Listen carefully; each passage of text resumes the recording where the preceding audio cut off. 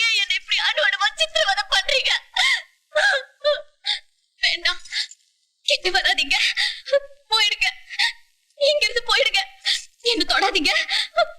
சொல்லுங்க, நான் உங்களுக்கு என்ன பாவம் பண்ண சொல்லுங்க.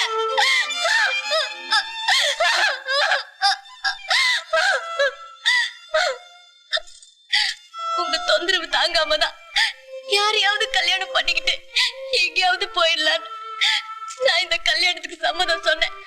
ஆனா நீங்களே புருஷனா வருவீங்கன்னு நான் நினைச்சு கூட பாக்கல. இவ்வளவு திட்டம் போட்டு எல்லாத்தையும் செஞ்சுட்டு ஒண்ணுமே தெரியாத மாதிரி கல்யாணத்துக்கு எங்க இன்விடேஷன் கேட்டீங்களே, உங்க மனசுல கொஞ்சம் கூட ஈரமே இல்லையா? பிறந்த உடனே அம்மாவை எழுந்த, ஆதரவு தேவைப்படுற நேரத்துல அப்பாவை எழுந்த, இனிமே புருஷங்கிற பந்தம் மட்டும்தான் பாக்கி இருக்கு நினைச்சேன். அதுவும் இப்ப போய் ஆயிடுச்சு. ஏன் என்ன சித்திரவதை செய்றீங்க? சொல்லுங்க, நீங்க யாரும் தயவு செய்து சொல்லுங்க.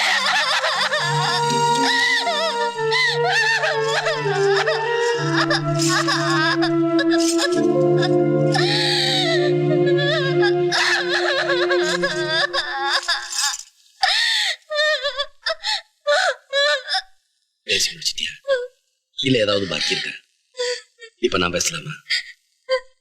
நான் யாருங்கிற கேள்விய நீ முன்னாடியே கேட்டிருந்தா இந்த அளவுக்கு குழப்பம் வந்திருக்காது. பரவாயில்ல, இப்போ அது கேட்டியே.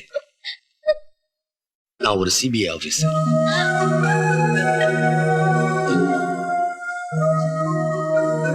ஒரு கொலைகாரிக்கு சிபிஐ ஆபீசர் தண்டனை தான் வாங்கி தருவான், தாலி கட்டி தாரமாக்கிக்க மாட்டான்.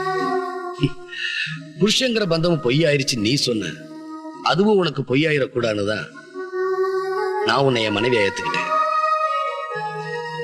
உனக்கு நல்லது செய்யணும்னு உன் பின்னாடி வந்த போதெல்லாம் நீ என்னை பார்த்து பயந்து ஓடுன. என்னை விட்டு விலகி போனா உனக்கு ஆபத்து. அதனாலதான் 3 முடிச்சு போட்டு நீ என் பக்கத்திலே இருக்கணும்னு முடிவு பண்ண.